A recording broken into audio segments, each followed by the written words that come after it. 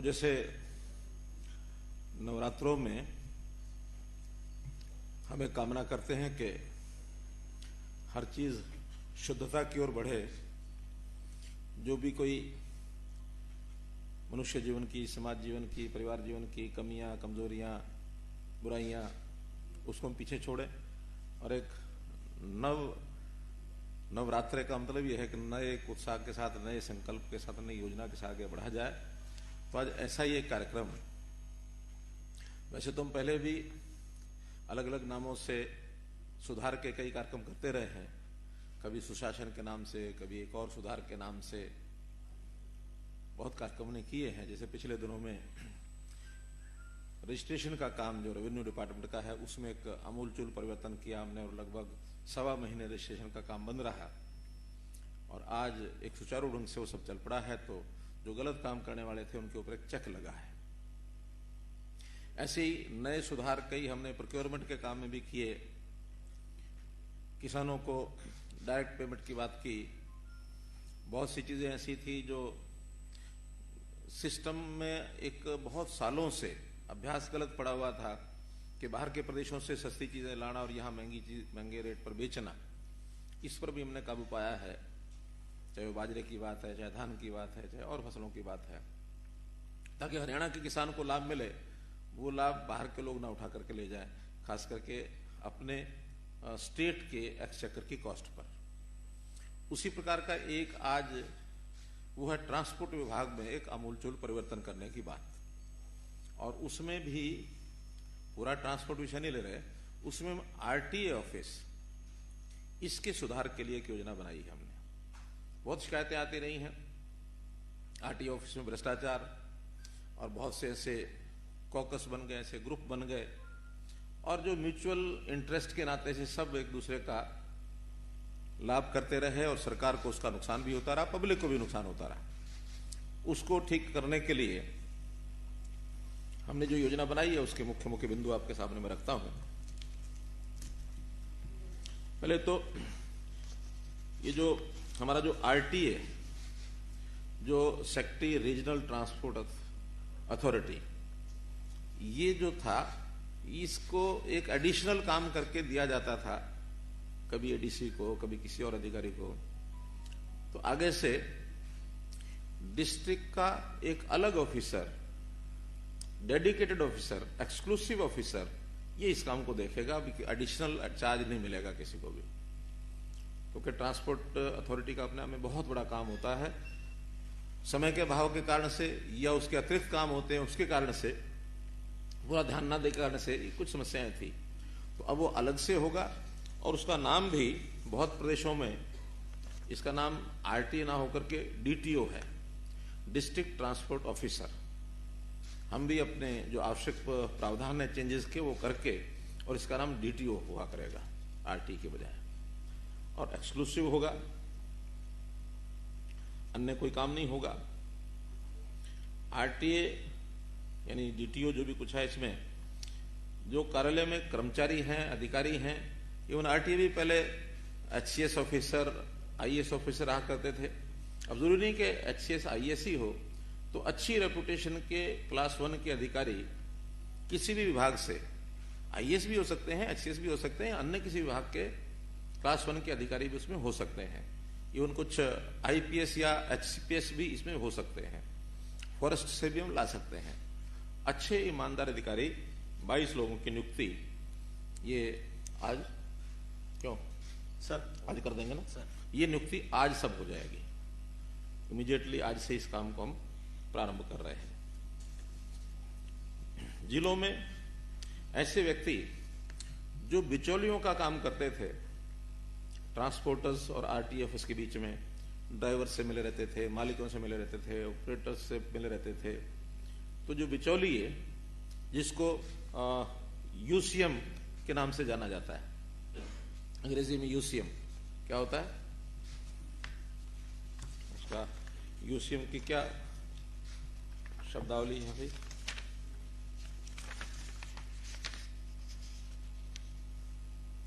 Undesirable contact man.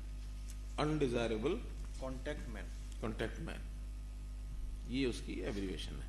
तो ऐसी एक लिस्ट ये हमने बनवा ली है, और बनवा करके ये लिस्ट 2 दिन के अंदर अंदर ये जो नए ऑफिसर्स आएंगे उनको उपलब्ध करा दी जाएगी, ताकि इनकी अप्रोच इस डीटीओ के ऑफिस में ना बन पाए, और जहां भी संबंधित जगह पर इनकी लिस्ट भी लगानी पड़ेगी तो लिस्ट लगा देंगे। ऐसे चिन्हित कर लिए गए हैं। लगभग अनुमानता ऐसी संख्या 250 के आसपास है पूरी स्टेट में। बिचौली है, यानी अगर ऑन एवरेज देखें तो हर जिले में 10 लोग हैं। तो ये सब धंधे करते हैं। बहुत लोगों के ऊपर इक्का दुक्का कोई केस भी बनता है, वो फिर जल्दी छूट जाता है, लेकिन उसको ओपन उजागर कर देंगे ताकि समाज में भी उनकी छवि ध्यान में आए। इसलिए इस काम को इस ढंग से करेंगे।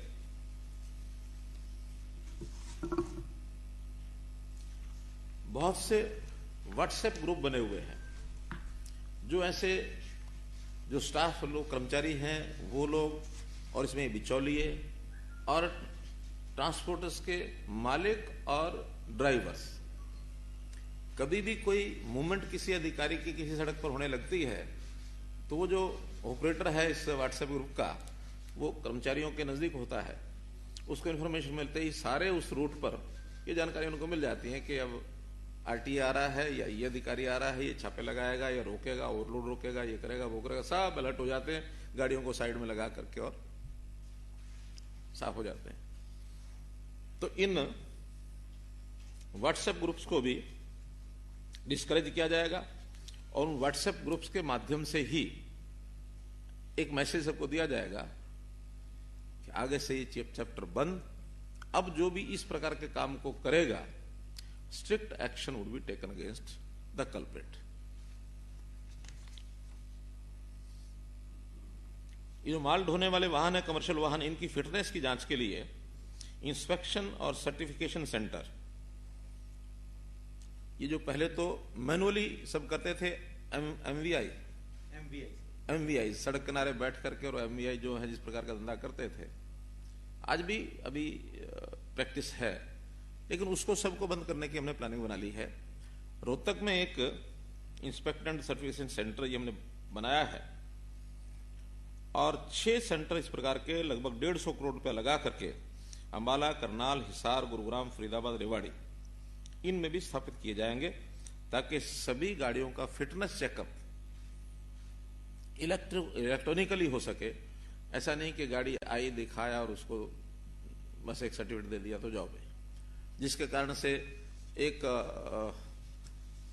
ऐसा व्हीकल जो शायद अनफिट होता है तो भी उसको फिटनेस सर्टिफिकेट बड़ी आसानी से पैसे देकर के मिल जाता है, जिसके कारण से एक्सीडेंट्स ये बहुत होते हैं, जिसके कारण से वो वाहन जो है वो अपने आप में योग्य नहीं होता चलने के। इसी प्रकार ड्राइविंग लाइसेंस, इसके लिए भी ऑटोमेटेड ड्राइविंग टेस्ट ट्रैक ऐसे 11 जिलों में, कैथल, बहादुरगढ़, रोहतक, फरीदाबाद, नूंह, भिवानी, करनाल, रेवाड़ी, सोनीपत, पलोर और यमुनानगर, ये ऑटोमेटेड ड्राइविंग टेस्ट ट्रैक एडीटीटी ये बनाए जाएंगे, ताकि वहां जो ड्राइविंग का टेस्ट देगा वो ऑटोमेटिकली उसको क्या आता है क्या नहीं आता है ये ट्रैक हो जाएगा, और ट्रैक होने के बाद जो ठीक व्यक्ति है जिसको सारा टेस्ट पास जिसने किया है उसी को लाइसेंस मिलेगा। अदरवाइज ऐसे ही किसी को लाइसेंस पकड़ा दिया, लाइसेंस लेते ही जाकर के वो सड़क पर जो एक्सीडेंट करने की वृत्ति है, वृत्ति तो क्या है वो हो ही जाता है उसे, क्योंकि वो सीखा हुआ नहीं है, खाली वो लाइसेंस ले जाता है। तो उसकी टेस्टिंग जो है इसको और जरा मजबूत की जाएगी, और इन सब सेंटर्स पर भी 30 करोड़ रुपया लागत आएगी। हालांकि इसमें समय थोड़ा लगेगा, लेकिन ये 1 साल के अंदर अंदर सब सेंटर्स ये सब बन जाएंगे। ओवरलोड वाले जो वाहन हैं इनकी भी पहले तो जाकर के ये किसी भी कांटे पर, धर्म कांटे पर जाकर के वाहन कराते हैं, अपना टोल कराते हैं, पर्ची लाते हैं, उसमें से किसी ने कराया किसी ने नहीं कराया।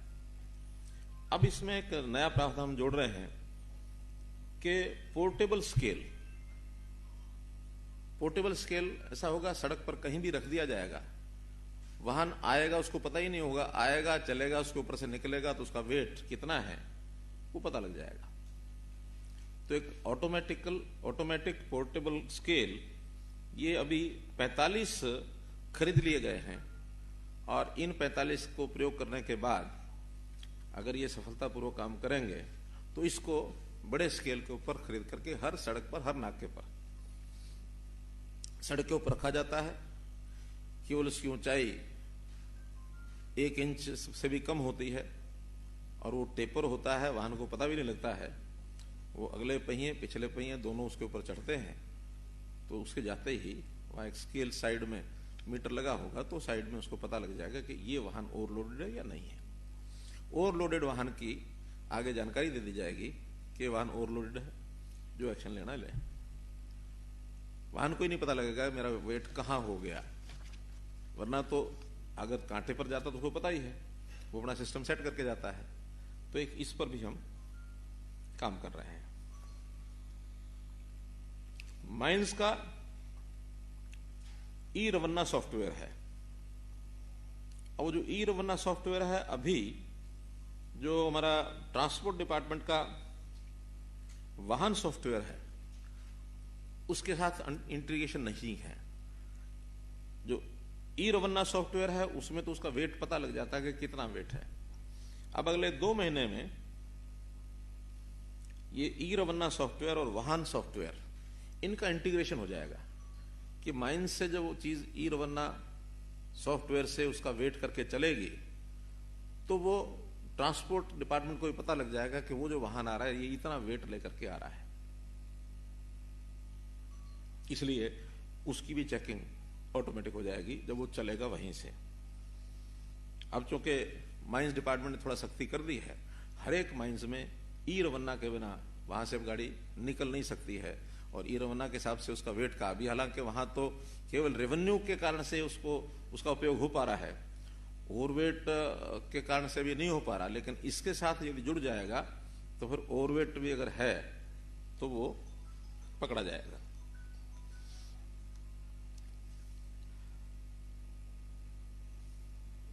आरटीए की चेकिंग वाली जो टीम है वो टीम भी गड़बड़ न करे, तो अब कोई भी इंस्पेक्शन के लिए इंस्पेक्टर निकलेगा तो उसकी बॉडी पर बॉडी कैमरास लगे होंगे, और बॉडी कैमरा लगने के बाद वो उनकी आपस में बातचीत क्या हुई है, उसने क्या देखा है, क्या लिया, क्या दिया, वो सारा उस बॉडी कैमरा में फिट हो जाएगा। उस बॉडी कैमरा की सारी रिकॉर्डिंग ये डिपार्टमेंट उसको देख सकेगा, सुन सकेगा, ताकि ये जो आता है कि भाई इंस्पेक्टर जो है वही गड़बड़ करने वाला है, तो उसके ऊपर भी नजर रखने के लिए टेक्नोलॉजी की ये सहायता की जाएगी। इसी प्रकार वाहनों की जो पार्किंग है, शहरों में पार्किंग की कई जगह पर बहुत बुरी हालत है, पार्किंग के स्थान नहीं बने हैं। ये जिम्मेवारी भी डीटीओ की ही होगी कि वो अलग अलग संस्थाओं के माध्यम से, जिनकी पहले जिम्मेवारियां हैं, चाहे यूएलबी की है, चाहे एचएसवीपी की है, तो वो सारा उनके साथ करा के तालमेल बैठा के वो काम भी डीटीओ का होगा, क्योंकि वो भी ट्रांसपोर्ट से जुड़ी हुई चीज है कि पार्किंग की व्यवस्था ठीक हो जाए। इसी प्रकार रोड साइड में लोग गाड़ियां खड़ी कर देते हैं, वो भी हेफाजतली खड़ी न करें। अभी तक उसकी चेकिंग जो पुलिस के जिम्मे है, अब उसकी जिम्मेवारी भी डीटीओ की होगी, तो ये विषय भी उनको दिया गया है। हर शहर में ट्रांसपोर्ट नगर, अभी तक ये काम एचएसवीपी या अर्बन लोकल बॉडीज के माध्यम से ही होता है। काम बहुत स्लो हो जाता है, योजना बनती है, 5-5 साल 10 साल लटका रहता है। वो काम भी डीटीओ को दिया जाएगा, ताकि हर एक शहर में जहां कंजेशन ज्यादा है या जो ये ट्रांसपोर्ट नगर, खास करके जो ट्रांसपोर्टर्स हैं, उनके सबके केंद्र वहीं बने, वहीं से लोड करें, अपलोड करें, शहर अंदर से भी कंजेस्ट हो जाए, तो ये ट्रांसपोर्ट नगर का भी काम उनको दिया जाएगा।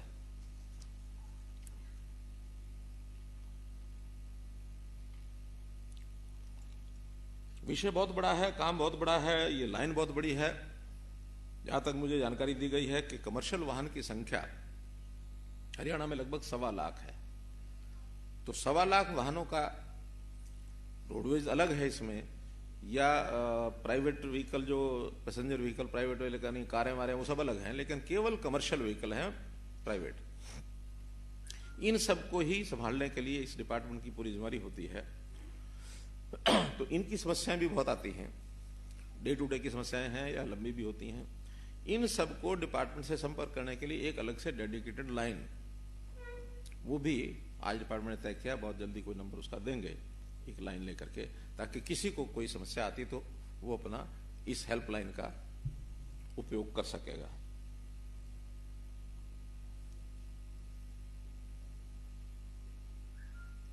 अब जब इतना बड़ा ये काम बढ़ जाएगा तो अभी तक तो स्टाफ सारा, ये जो आरटी ऑफिस सोकल आज हैं, इनका पूरे प्रदेश में 627 का स्टाफ है, जो कि बहुत कम है। एक जिले में 30 भी नहीं बैठते। तो इस स्टाफ को बढ़ाया जाएगा एज पर रिक्वायरमेंट, और अगले 1 साल के अंदर ये सब भर्तियां की जाएंगी। जब तक भर्तियां पूरी नहीं होती तो आवश्यकता अनुसार डेपुटेशन पर जितने लोग आवश्यक होंगे वो दिए जाएंगे। जैसे ही भर्तियां हो जाएंगी तो डेपुटेशन के लोग वापस अपने अपने डिपार्टमेंट में ये चले जाएंगे। तो मोटे तौर पर एक ये शुद्धि का काम शुरू करने के लिए आज नवरात्रे का पहला दिन ये छांटा गया है, और हर अगले काम के लिए बाकायदा डेट्स तय कर ली गई हैं। आज से ही वो सब चीजें शुरू हो जाएंगी। है मेरे पास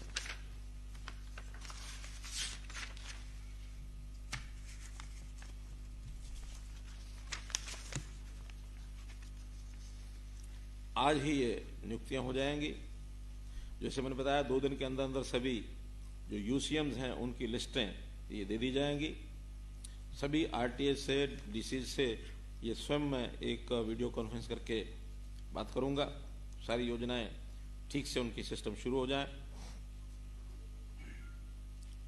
और जितने नए प्रावधान हैं उनके सबके कब टेंडर होगा, कब तक पूरा हो जाएगा, कब तक भर्तियां हो जाएंगी, ये सारा टाइम टेबल शुरू हो जाएगा। मोटे रूप से इसको इफेक्टिव करने में हमको लगभग 2 महीने लग जाएंगे। आज से शुरू करके 2 महीने तक सारी चीज फुल प्रूफ हो जाएगी। लेकिन मैसेज आज ये इसलिए दिया जा रहा है कि इमीडिएटली जिन लोगों को सावधान होना सावधान हो जाए, और इसके बाद आगे करने की मनस्थिति न रखें, क्योंकि ये भ्रष्टाचार बहुत नीचे तक बहुत जगह पर फैला हुआ है। अभी तक हमने सारी पॉलिसीज, सारे सिस्टम्स ऊपर बनाए हैं, लेकिन उनको इंप्लीमेंट करने के लिए हर विभाग के अंदर क्या कुछ किया जा सकता है उसको हम एक एक विभाग करके कर रहे हैं। जैसा मैंने पहले उदाहरण बताया, रेवेन्यू डिपार्टमेंट, फिर ये फूड एंड सप्लाई डिपार्टमेंट, अभी आज ट्रांसपोर्ट डिपार्टमेंट। बहुत जल्दी 1-2 विभागों के और करेक्टिव मेजर्स क्या हो सकते हैं वो भी आपके सामने लेकर के आने वाले हैं।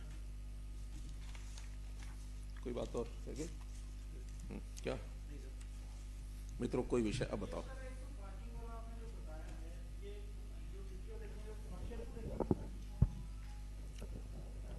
पार्किंग स्थल कितने निर्माण होने चाहिए?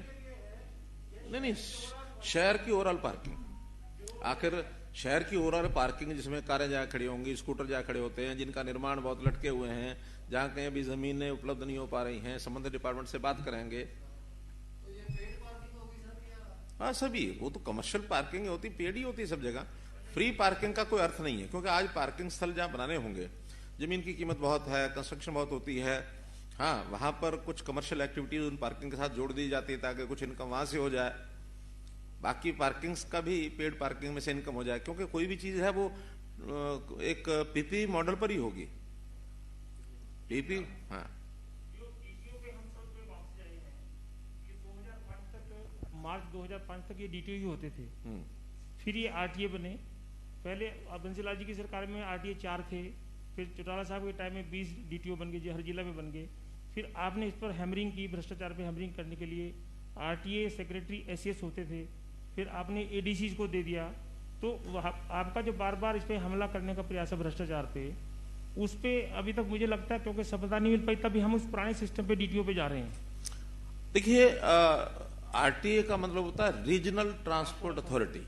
रीजन होता था 4-5 जिलों को मिला करके, जैसा आपने स्वयं बताया कि उन्होंने फिर डीटीओ के बाद आरटीए इसलिए बना दिए थे कि भी अब डीटीओ की शायद समझिए की इतनी जरूरत नहीं है, इसलिए 5-5, 6-6 जिलों को, 4-4 जिलों को मिला करके आरटीए।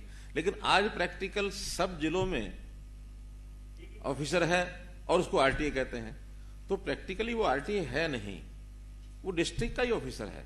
आरटीए तब थे जब 4-4, 5-5, 6-6 जिलों को मिलाकर थे। जैसे आज हमारे डिविजनल कमिश्नर हैं, वो 4-4, 5-5 जिलों को मिलाकर हैं।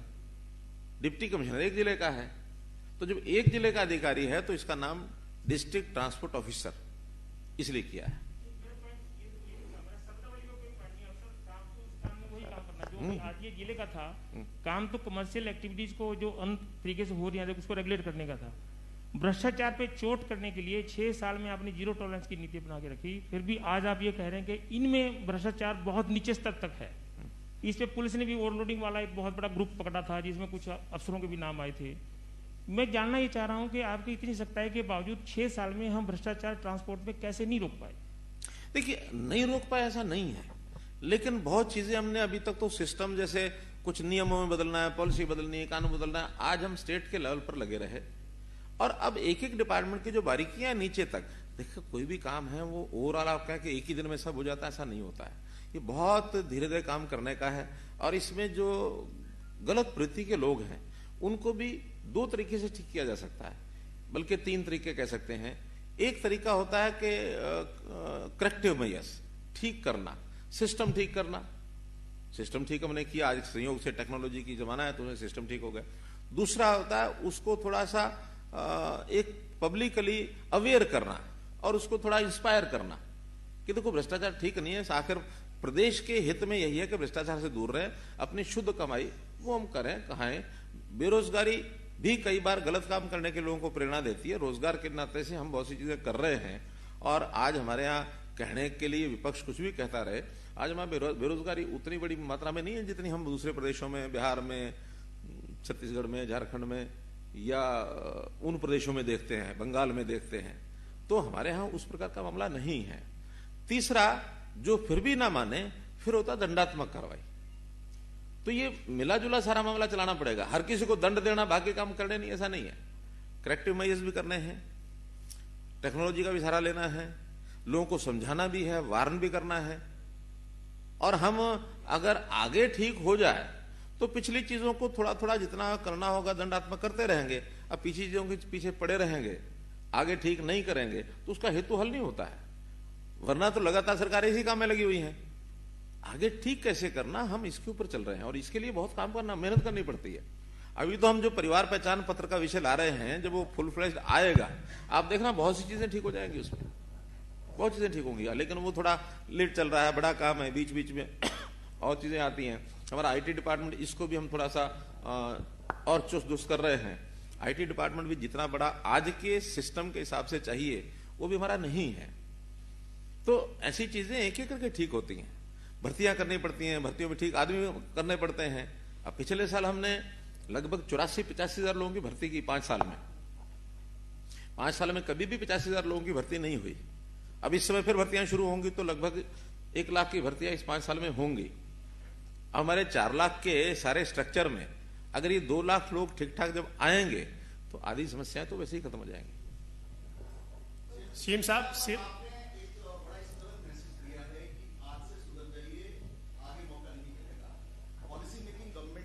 है, इम्प्लीमेंटेशन जो एडमिनिस्ट्रेशन का है सर, ऐसे में लॉन्गर टर्म में आपने एक इनिशिएटिव लिया है करप्शन को इरेडिकेट करने का, लेकिन जो इम्प्लीमेंटेशन ग्राउंड पर रहती है या रियलिटी में उसको उतना नहीं उतार पाता, तो उसकी इनकॉन्टिन्यूशन किस तरह से चेक किया जाएगा कि ये जो चीजें आप कर रहे हैं, जो टेक्निक्स आप ला रहे हैं, उसका सही से इस्तेमाल हो रहा है और जिस चीज के लिए लाया जा रहा है क्या उस पर रोक लग रही है या नहीं लग रही है? देखिए, उसके लिए मैंने अभी मेथड बताया। पहली बात तो यह है कि इस विषय को इंडिपेंडेंटली एक्सक्लूसिव डेडिकेटेड जो व्यवस्था की है, वरना ये जो हमारे आरटीएस थे ये मुख्य काम तो अपना दूसरा करते थे, ये एडिशनल काम होता था। तो एडिशनल काम से हटा करके इसका इंचार्ज एक एक्सक्लूसिव डेडिकेटेड बनाया। दूसरा, इसमें सिलेक्शन करते समय हम जो ठीक अफसर हैं, ईमानदार है, आखिर अफसर हर तरह के होते हैं, आपको भी पता है, तो हमें अच्छे जो ऑफिसर है 22 वो छांट करके, उसको हमने तोड़ दिया कि भी केवल IAS या HCSC होंगे, हम बाहर की एंट्री भी करेंगे इसमें, तो अच्छे 22 ऑफिसर लगाएंगे, लगातार इनके साथ राब्ता रखेंगे, कोऑर्डिनेशन रखेंगे, इनके साथ वार्तालाप करेंगे। जिलों में कई चीजें हम अलग अलग कर रहे हैं, जैसे हमने ETOs, ये ETOs नहीं, ये अपने जिला परिषद के COs जिला परिषद एकदम अलग किए, पहले कभी थे, ताकि ये ग्रामीण क्षेत्र की डेवलपमेंट का काम केवल इनके माध्यम से ही हो। इसी प्रकार हर जिले का म्युनिसिपल कमिश्नर DMC ये हमने अलग किया, वरना ये भी DC के ऊपर या बाकी लोगों के ऊपर रहता था। अब ये तीसरी व्यवस्था ये अलग कर दी है। फील्ड में ऐसे जिला अनुसार अलग अलग चीजों को ठीक करने के लिए एक जिम्मेवार टीम, डिसेंट्रलाइजेशन ये जरूर करना पड़ेगा। आज हर छोटी बड़ी चीज चंडीगढ़ से चलती है, तो चंडीगढ़ से चलने के बजाय इनको हम स्टेट की बजाय एक एक चीज को डिस्ट्रिक्ट लेवल पर मजबूत करें, और जब डिस्ट्रिक्ट लेवल पर मजबूत होगी तो वहां जो लोग हैं काम करने वाले, चाहे जनप्रतिनिधि हो चाहे ऑफिसर हो, उस टीम में वो लोग काम करें। अभी तो हमने हर एक छोटी इकाई का बजट, ये अपना बजट बनाए, और जो उनकी इनकम, जितने ग्रांट्स हम देते हैं, चाहे वो स्टेट फाइनेंस से देते हैं चाहे सेंट्रल फाइनेंस कमीशन से देते हैं, ये उनकी एक इनकम है, बाकी इनकम की चिंता वो खुद अपनी करें। बहुत स्कोप है वहां भी, लोकल बॉडीज के इनकम बढ़ाने के बहुत ही तरीके हैं, अभी तक वो बढ़ाते नहीं है। क्यों? स्टेट दे देगा, जब मांगेंगे तब दे देगा। तो इसलिए सिस्टम्स बनाएंगे तो नीचे जाकर के जिम्मेवारी का भाव भी आएगा। तो जिम्मेवारी का भाव जितना नीचे जाएगा उतना एक छोटी इकाई में वो लोग इसको बढ़िया से कर पाएंगे।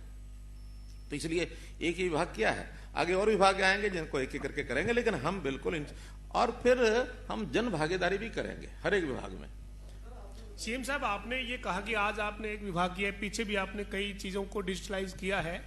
आप हरियाणा में सर पिछले दिनों पूरे प्रदेश की किरकिरी हुई शराब की तस्करी के मामले में, डिस्टिलरीज कितनी शराब बनाती है, बाहर जाती है, हरियाणा की शराब बाहर दूसरे प्रदेशों में पकड़ी जाती है।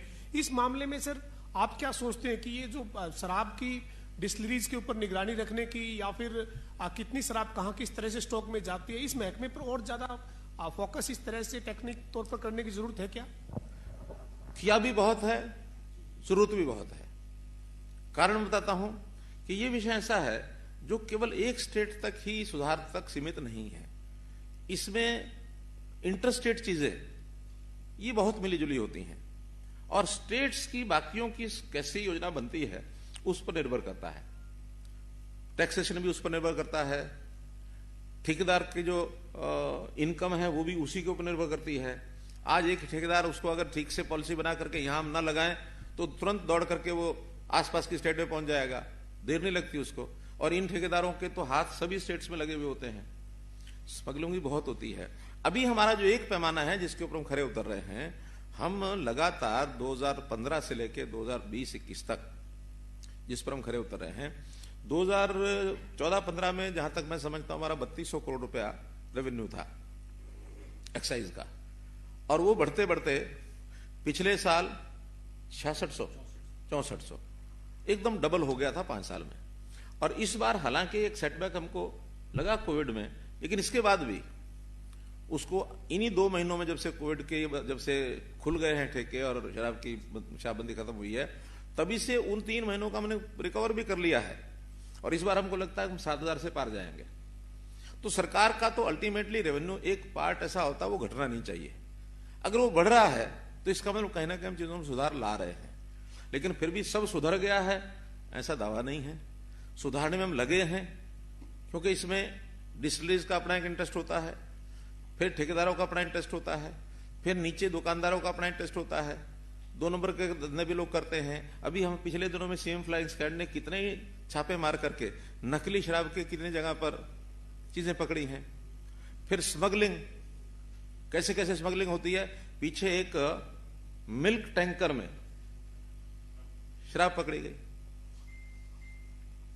फिर चंडीगढ़ में डिस्टिलरीज लगी हुई है, डिस्टिलरी नहीं वो अपने बॉटलिंग प्लांट्स, कोई डिस्टिलरी नहीं है, लेकिन बॉटलिंग प्लांट्स वहां पर शराबें बना करके और खूब सप्लाई करते हैं। चंडीगढ़ जितनी खपत होती है उससे मेरे ख्याल 10 गुना से ज्यादा वो बनती है बॉटलिंग प्लांट्स में।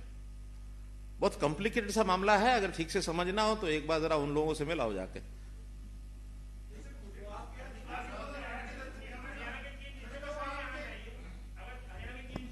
फिर तो कंट्रोल हो जाएगा।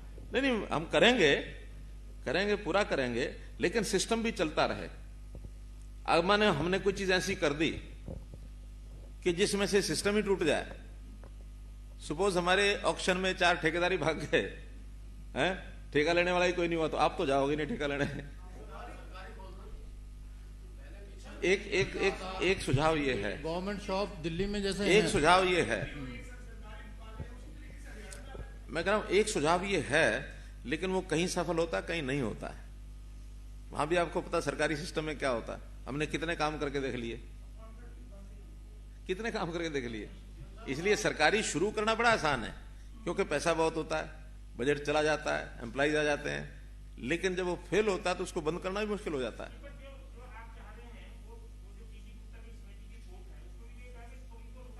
आसानी से रोका जा सकता है, जो स्मगलिंग गैर तरीके से हो रही है, केवल उस पर अगर फोकस कर लिया जाए, उस पर कर रहे हैं। उस पर वो जो जितनी भी रिकमेंडेशंस हैं एक एक करके उसका प्रावधान कर रहे हैं। अब मैंने डिस्ट्रिक्ट्स में सब जगह सीसीटीवी कैमराज लगाए हैं, सब जगह पुलिस की टीमें, एक्साइज सेक्शन डिपार्टमेंट की टीमें वहां दिन रात पहरा देती हैं, सब करते हैं।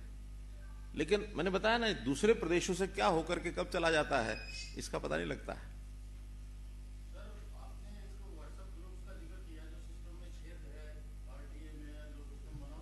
एक्शन हुआ या इन फ्यूचर क्या उसके लिए तैयारी है? दूसरा सवाल ये है कि कोविड में क्योंकि फाइनेंशियल हेल्थ ठीक नहीं थी स्टेट की, अब क्या हालात है? क्योंकि आप वित्त मंत्री भी हैं, कितना, क्योंकि सैलरीज भी कई डिपार्टमेंट में सुनने में आ रहा है लेट हो रही है लगातार। देखिए, सैलरीज तो कहीं लेट नहीं हो रही, इक्का दुक्का किसी डिपार्टमेंट में आउटसोर्सिंग वगैरह में कोई ठेकेदार के माध्यम से एक आध जगह कहीं हुई हो तो हुई हो, नहीं तो सैलरीज हम सबसे पहले, हाँ उसको स्टैगर किया था हमने कि जो सैलरीज पहले सप्ताह दे देते थे तो वो हमने अप्रैल में उसको 23-24 तारीख तक स्टैगर किया था। बाद में फिर उसको और 2-4 दिन कम किए। आज शायद 15 दिन के अंदर सैलरी पूरी हो जाती है, पेंशन चली जाती है, रीपेमेंट तो ऑटोमेटिक होती है वो चली जाती है, इंटरेस्ट चला जाता है, सब्सिडी भी जानी होती है, बल्कि 2 महीने हमारी पावर डिपार्टमेंट की सब्सिडी नहीं गई थी वो देनी शुरू कर दी है। अभी सारा असर पड़ा है वो डेवलपमेंट के कामों पर पड़ा था, लेकिन अब वो भी हमने शुरू कर दिए हैं। अब बहुत ज्यादा अंतर नहीं है, 1-2 डिपार्टमेंट की कमी है, जैसे हमारी अभी रोडवेज का घाटा अभी कवर नहीं हुआ है। ऐसे ही जीएसटी का क्या है? जीएसटी सर पिछले महीने बराबर आ गया। हाँ, डीजल पेट्रोल का वेट 2 महीने से पिछले साल से बेहतर हो गया। एक्साइज का आप बता ही चुके सर। एक्साइज ठीक हो गया, जीएसटी ठीक हो गया, वेट ठीक हो गया, माइनिंग भी अब ठीक हो गई। पिछले महीने 338 करोड़ रुपया माइनिंग का हमें आया, जो उससे पिछले साल का ये महीना था 330 करोड़ था। तो माइनिंग ठीक हो गया है। अब केवल रोडवेज को छोड़ करके, और मैं समझता हूं बाकी प्राय जो हमारे सोर्सेज थे वो सब ठीक हो गए।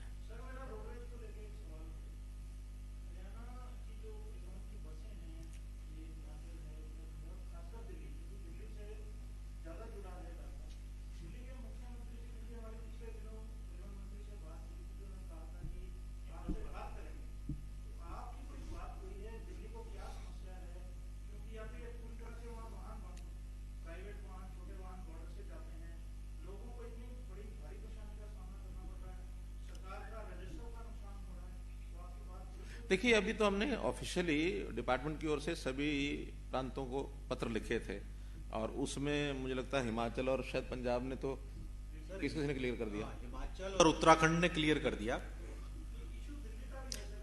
अभी मेरी बात नहीं हुई है, एक बार जरा अपने आप उनकी ओर से रिस्पॉन्स आ जाए, क्योंकि बाकी स्टेट्स ने भी अभी किया है, तो एक बार बाकी स्टेट्स का भी हम देख रहे हैं, सबका आ जाए। दिल्ली बात करनी पड़ेगी तो करेंगे, क्योंकि है तो ये म्यूचुअली। अच्छा, आपने किससे हुई थी? दिल्ली मेरी ट्रांसपोर्ट मिनिस्टर से, हमारे ट्रांसपोर्ट मिनिस्टर की बात करके जल्दी करेंगे।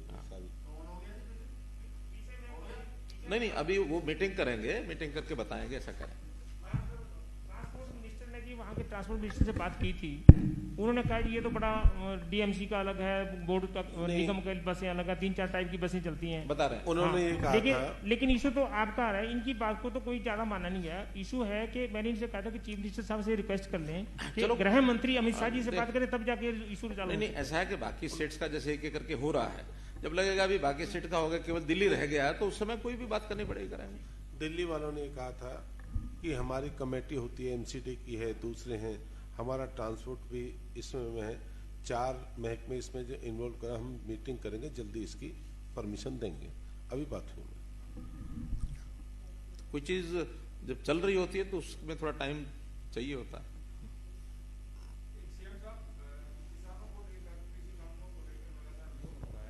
और एमएसपी पर यह बात भी कही जा रही है नेताओं की तरफ से कि प्रधानमंत्री ने कहा है तो एमएसपी पर जो है खरीद होगी। एक तो ये समस्या आ रही है कई जगह कि किसानों को 10-15 दिन हो गए अपनी फसल डाले हुए, उनकी पेमेंट नहीं हुई, और कुछ जगह से ऐसी शिकायतें भी आ रही हैं कि एमएसपी से नीचे जो है फसल खरीदी जा रही है। देखिए, एमएसपी पर नीचे खरीदने की शिकायतें जहां से आती हैं, जो हमने पता किया है, उसमें या तो जो प्रदेश से बाहर के जो लोग हैं बिना रजिस्ट्रेशन के जो आ जाते हैं और जल्दी बेचना चाहते हैं, वो प्राइवेट खरीदार को बेच के जाते हैं, वो फिर जिस ढंग से लेता है।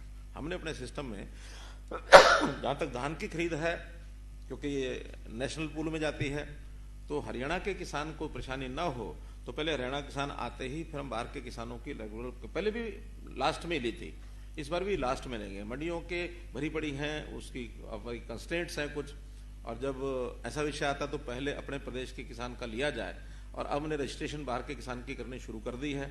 उसी की है जो आड़तियों से जिनका लेन देन है, जो आड़ती कहते हैं कि ये किसान हमारे इन गांव के, इन इलाकों के हमारे हैं, तो उनका रजिस्ट्रेशन शुरू किया है। लेकिन चूंकि बाहर उस प्रकार की फैसिलिटीज नहीं है और रेट भी बाहर कम मिलता, तो यहाँ करके वो सीधा ओपनली बेचना चाहते हैं। ओपनली अभी हम नहीं ले रहे, भले वो सेंट्रल पूल में जाना है तो सेंट्रल पूल में खरीद वहां से भी हो सकती है, यहां से भी हो सकती है। तो हमारा कहना है कि पहले हम ले लेंगे, उसके बाद उनकी जरूरत होगी तो उनको खोल देंगे। जहां तक धान का विषय है, जहां तक बाजरा मक्का का विषय है, ये चूंकि सेंट्रल पूल की खरीद नहीं है, ये हरियाणा की खरीद है, और इसको हमने वायदा कर रखा अपने प्रदेश के किसान को, एक एक दाना एमएसपी पर खरीदेंगे। खरीदने के बाद इसको या तो वापस मार्केट में बेचना पड़ता है, या हमको पीडीएस में 3-4 महीने के लिए बाजरा मक्का ये देना पड़ता है। मक्का पहले नहीं देते थे, इस बार से वो देना शुरू करेंगे। तो हमारी आवश्यकता जितनी है उतनी तो खपाएंगे, बाकी हमको मार्केट में बेचना पड़ेगा। मार्केट में नुकसान से बिकता है। पिछले साल भी हमारा लगभग 600 करोड़ रुपए इसमें लॉस में गया है। ये हम बाहर की स्टेट का नहीं लेंगे, हमने ओपनली डिक्लेयर किया है। हाँ, अगर कोई और खरीदार यहाँ खरीदता है तो खरीदे, क्योंकि विषय ये आ रहा है कि जब कानूनों में ये है कि कोई कहीं भी बेच सकता है, कहीं भी खरीद सकता है, तो ये बेचने और खरीदने वाले की सहमति चाहिए। बेचने वाला तो बेचना चाहता है, लेकिन खरीदने वाली तो सरकार है। तो सरकार ने यह घोषणा की है कि हम अपने हरियाणा के किसान का ही खरीदेंगे, क्योंकि हमें लॉस होता है। तो बाहर जो अगर उनको और कोई मिलता है तो खरीद ले वो, लेकिन मंडी में आकर के एजेंसियों के माध्यम से हम बाजरा मक्का ये नहीं खरीदेंगे। जहां तक पेमेंट का विषय है, पेमेंट शुरू में, चूंकि हर वर्ष हर बार मैंने देखा है कि शुरू में जो 4-5 दिन की खरीद होती है उसमें समय थोड़ा लगता है, और अब चूंकि सिस्टम्स नए प्रकार के सारे बन रहे हैं पोर्टल में, अब पेमेंट चूंकि धीरे धीरे किसान को डायरेक्ट जाने लगी है। पहले समस्या नहीं थी, जितना आया आड़ती को पैसा दे दिया, आड़ती बल्कि एक बीसीए होता था, बीसीए वहां मंडी में एक एजेंट होता था, उस एजेंट को सारी पेमेंट देते थे। एजेंट आगे फिर आड़तियों में बांटता था, आड़ती फिर किसानों में बांटते थे, लेकिन बहुत बड़ा पैसा उसमें से कमीशन के नाते से कट कट करके किसान को पहुंचता था, किसान को राशि कम जाती थी। अब जब से प्रावधान आया कि नहीं, सीधा किसान को देना है, किसान अगर कहेगा कि मेरा पैसा आड़ती के माध्यम से दो तो आड़ती को देंगे। अभी लगभग 25% 30% किसान ऐसे हैं जिन्होंने कहा कि हमारा पैसा आड़ती के थ्रू दो, वो आड़तियों को जाएगा, बाकी सब किसानों को जाएगा।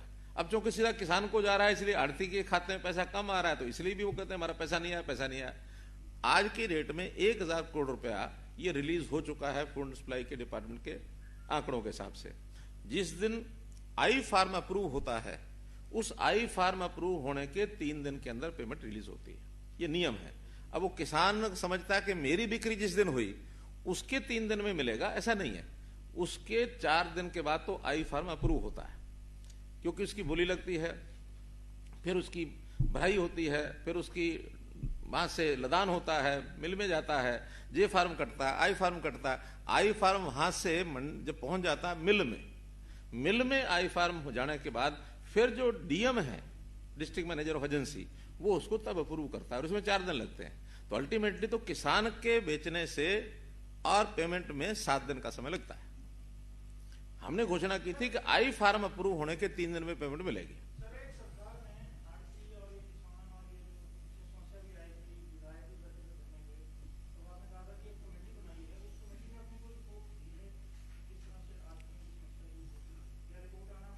अभी शेष है, और क्योंकि आड़ती भी व्यस्त हो गए हैं अपने अपने काम में, और मुझे लगता है कि आड़तियों की मीटिंग हम बुलाएंगे जब ये प्रोक्योरमेंट का काम पूरा हो जाएगा, और इसमें लगभग अभी 1 महीना, क्योंकि उनकी ओर से भी कुछ तो बैठा के बात करेंगे ना, तभी उस रिपोर्ट को तैयार करेंगे।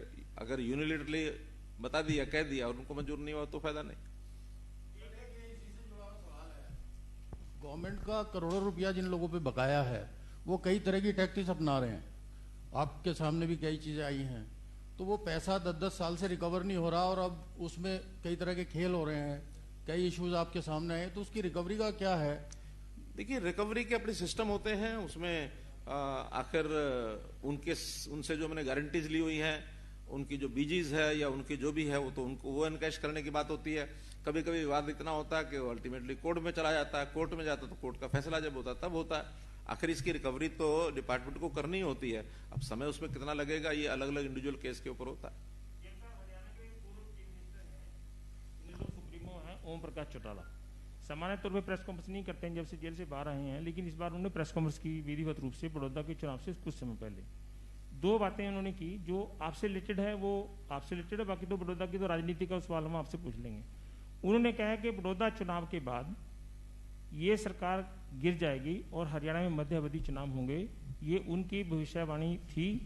केंद्र की भी की थी वैसे, पर मुझे हमें लगता है केंद्र में जब 300 सीटें वहां तो मुश्किल लगता है, लेकिन हरियाणा में किस आधार पे कह रहे हैं? तो उन्होंने कहा कि जेजेपी के 7-8 एमएलए विरोध में खड़े हैं, 2 एमएलए उनके बीजेपी में शामिल हो जाएंगे और ये मध्य अवधि चुनाव होकर रहेंगे और बीजेपी तो बहुत बुरी तरीके से वहां पर हारेगी। दोनों कोरिलेट करके दे। तो उनकी इस स्टेटमेंट को आप चीफ मिनिस्टर के नाते और बीजेपी के नेता के नाते कैसे? अगर वो इतने ही बड़े भविष्यवक्ता होते तो आज जहां हैं वहां ना होते।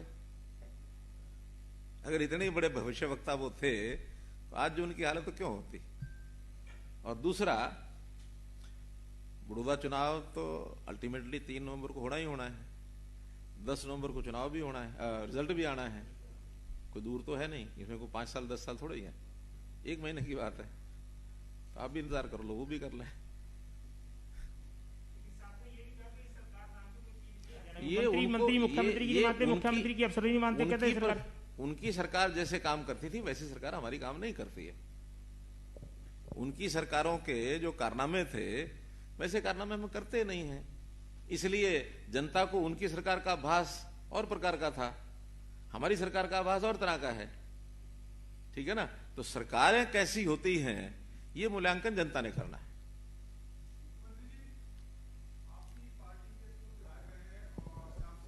आज इनेलो में ही शामिल हो गए, इनेलो की बात हो रही है इसलिए मैं पूछ रहा हूँ इसको आप कैसे देखते हैं? और उन्होंने कहा कि मैंने किसानों के मुद्दे पर पार्टी छोड़ी है और ये किसानों की सच्ची हितैषी पार्टी जो है वो इनेलो ही है। अभी 1 घंटा पहले ही वो इनेलो में शामिल हुए। वो हमारी पार्टी को बहुत पहले छोड़ चुके हैं, और जब छोड़ ही चुके हैं तो उनके बारे में मुझे क्या कहना है? हमारी पार्टी के सदस्य तो उस दिन तक थे जब तक नहीं छोड़ी थी, तो मैं उससे पहले कुछ कहता। आज जब छोड़ ही चुके हैं, हमारी पार्टी के सदस्य नहीं है, तो जो मर्जी करें। नहीं, उन्होंने कारण बताया कि जो कृषि विधेयक है। मैं कहता हूं कुछ भी बताएं, वो चूंकि कृषि विधेयक की जो विरोध कर रहे हैं और भी बहुत लोग कर रहे हैं, वो भी करेंगे, करें। कृषि विधेयक का लाभ क्या है ये किसी नेता के कहने से आज सिद्ध होने वाला नहीं है। कृषि विधेयक या कृषि के जो आगे कृषि विधेयकों के जो लाभ होने वाले हैं वो हम कई बार बता चुके हैं, वो आज भी बता सकते हैं, आगे भी बताएंगे। और उसका अल्टीमेटली लाभ जनता को कुछ समय, यानी किसान को कुछ समय के बाद ध्यान में आएगा। जब ध्यान में आएगा उस समय किसान देख लेगा। बड़ी बात यही कही गई थी कि एमएसपी पर, जैसा आपने कहा कि प्रधानमंत्री जी ने कहा कि एमएसपी पर खरीद होती रहेगी, मैं भी कह रहा हूं होती रहेगी। एमएसपी पर जो सेंट्रल पूल में चीजें हैं वो सेंटर के हिसाब से होगी, जो स्टेट की ने खरीदनी है वो एमएसपी और हम अपने किसान का खरीदेंगे। हमारा कहना है कि राजस्थान की सरकार और पंजाब सरकार, कांग्रेस की सरकारें हैं, जरा हिम्मत करें, एमएसपी पर खरीदना शुरू करें। क्यों नहीं खरीद रहे वो? कुछ साथी असमंजस में लगते कृषि विधेयकों पर, खासकर आपकी सहयोगी जो पार्टी है। सब समझ जाएंगे, सब ठीक हो जाएगा। जोगीराम सिहाग हैं, देवेंद्र बबली हैं। लोकतंत्र में अपनी बात कहने का अधिकार सबको होता है, लेकिन वो भी सरकार के साथ जुड़े हुए हैं, सरकार का समर्थन कर रहे हैं और उन्होंने ये भी स्टेटमेंट दिया कि हमें किसी प्रकार की कोई शिकायत नहीं है। उनका एक मत है कि हाँ ये किसानों के हित में नहीं है, तो उनका मत है तो है, समझेंगे कभी ना कभी। वो तो मेरे से भी बात कर चुके हैं कि मैं सहमत नहीं हूं। हमने कहा भी ठीक है, सहमत नहीं है तो जब प्रत्यक्ष सामने आएगा तब हो जाएंगे सहमत। मुख्यमंत्री जी कर लेंगे, उनको भी कर लेंगे। आपकी सरकार पर ये एक आरोप लग रहा है कि जिस किसान की डेथ हुई है अंबाला में, वो हार्ट का पेशेंट था, उसकी हिस्ट्री है। आपने किसान आंदोलन को दबाने के लिए हत्या का केस दर्ज करवा दिया। अभय चौटाला जी ने भी इस बात का उल्लेख किया प्रेस कॉन्फ्रेंस में, इस पर आपका क्या कहना है? देखिए, ये भी हिस्ट्री है कि वो हमारा किसान मोर्चे का मंडल का अध्यक्ष था, और जब किसानों के विषय में कोई एक रैली निकल रही है तो हमारा पार्टी का पदाधिकारी बड़ी आयु का हो सकता है, तो उसको उसके मन तो रहेगा ही ना, मैं उस आंदोलन में या उस यात्रा में उसमें मैं शामिल हो जाऊं। शामिल हुए, बड़ी आयु के थे। अब बड़ी आयु होने के नाते से सहज अगर यात्रा चलती रहती तो उनको भी कुछ नहीं होने वाला था। लेकिन जब वहां उतनी उत्तेजना फैलाई गई, जिस ट्रैक्टर पर वो बैठे थे और उसके सामने आकर के जैसे हुड़दंग मचाया वहां विरोधियों ने, उस हुड़दंग मचाने के कारण से उसका प्रभाव कोई तो हो ही सकता है। एक सामान्य व्यवहार में चीजें चल रही हैं और एक वातावरण को इतना उत्तेजित कर दिया जाए जिसके कारण से उसके सामने हो रहा, उसी ट्रैक्टर के सामने सब लोग अड़ गए और घंटों उस ट्रैक्टर को चलने नहीं दिया। तो ऐसे किसी व्यक्ति के अगर मन पर प्रभाव पड़ जाए और उसको कोई तकलीफ हो जाए तो जिम्मेवारी तो सीधी आती है उसकी कि जिसने व्यवधान डाला है। आखिर उनको व्यवधान डालने का अधिकार क्या है? उनके भी इतने कार्यक्रम हुए, कहीं भारतीय जनता पार्टी के लोगों ने या किसानों ने, भारतीय जनता पार्टी के जो किसान कार्यकर्ता, उन्होंने कहीं विरोध किया? कहीं नहीं किया। और अगर ये विरोध करने की परंपरा उन्होंने शुरू कर दी है और ये विरोध अगर जारी बाकी दूसरे लोगों का भी रहा तो क्या स्थितियां बनेंगी मालूम है? लॉ एंड ऑर्डर की स्थिति को मेंटेन करना ये सरकार का काम है, लेकिन समाज में जो रिएक्शन होते हैं उन रिएक्शंस का भी ध्यान रखना चाहिए। हालांकि आज वो कहते हैं कि हाँ वो गलत हुआ, नहीं होना चाहिए था, लेकिन करने से पहले उनको समझाते ना वो। उसके बाद तो उनके सारे जितने आंदोलन की जितनी भी उनकी धाराएं चल रही थी वो एक एक करके सब बंद हो गई।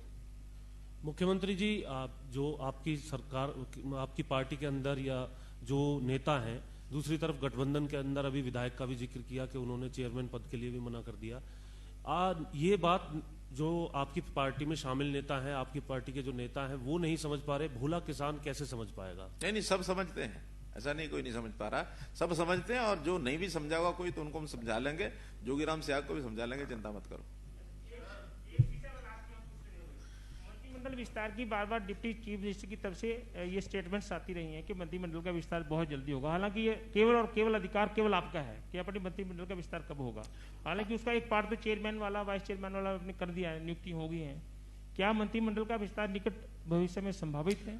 मंत्रिमंडल में 14 मंत्री होते हैं, मतलब हो सकते हैं, क्योंकि मैक्सिमम लिमिट 14 की है। अभी हम 12 हैं, 2 स्थान खाली हैं। ये आपको भी पता, मुझे भी पता है। धन्यवाद।